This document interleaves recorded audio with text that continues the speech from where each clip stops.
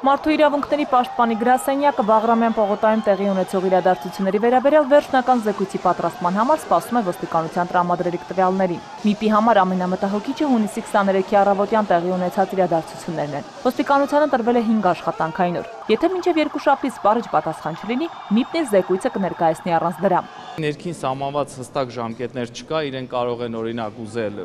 2 ամիս, կարող են ասել 1 տարի, բայց այս դեպքում չէ, 10 օր էլ չեն ուզել են ընդամենը 5 աշխատանքային օր, եւ մենք դա դիտարկել ենք ողջամիտ այդքան էպիզոդներով բարդ խնդիր ուսումնասիրելու համար, եւ մենք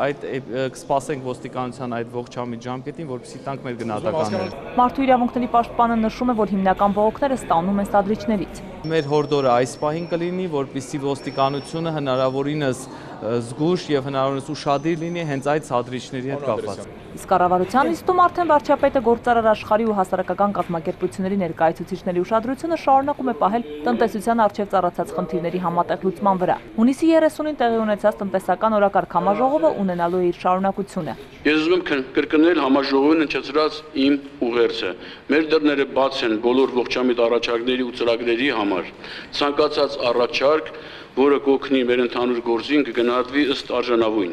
Հայաստանը կարիք ունի բոլոր շահագրգիռ ու առողջ ուժերի համատեղ ջանքերի ու աշխատանքին։ Համաժողովը ցույց տվեց, որ նման քննարկումների կարիք կա, կարծում եմ, որ այժմ հարկ է այդ քննարկումներն անել այլ ֆորմատով, ավելի կարճ, ավելի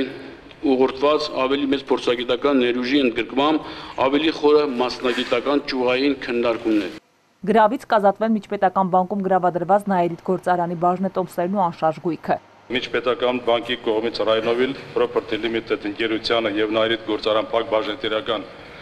ընկերությանը տրամադրված վարկերի պահանջի իրավունքների զիջելու մասին է։ Առաջարկվի պահանջի իրավունքի զիջման մասով պայմանագրով Հայգազարդ փակ բաժնետիրական ընկերությանը $100 միլիոն օտարման գնով զիջել Rhinovel Property Limited ընկերության նկատմամբ միջպետական բանկի ունեցած վարկային պահանջի իրավունքը մնացորդային ողջ անվանական արժեքով ապահովման միջոցներով հանդերձ։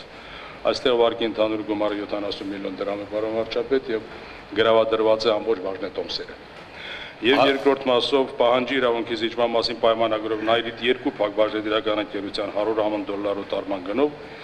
զիջել Նաիրիդ գործարան փակ բաժնետիրական ընկերության նկատմամբ միջպետական բանկի ունեցած վարկային պահանջի իրավունքը մնացորդային ողջ անվանական արժեքով ապահովման միջոցներով հանդերձ։ Այստեղ վարկային գումարները 110 միլիոն է եւ գրավադրված է ամբողջ անշարժ գույք։ Այսպիսով Նաիրիդի բաժնետոմսերը կվերադարձվեն Հայաստանի կառավարությանը։ Քրիստինե Սուքեսյան, Արթուր Սուքեսյան, Էպիկենտրոն։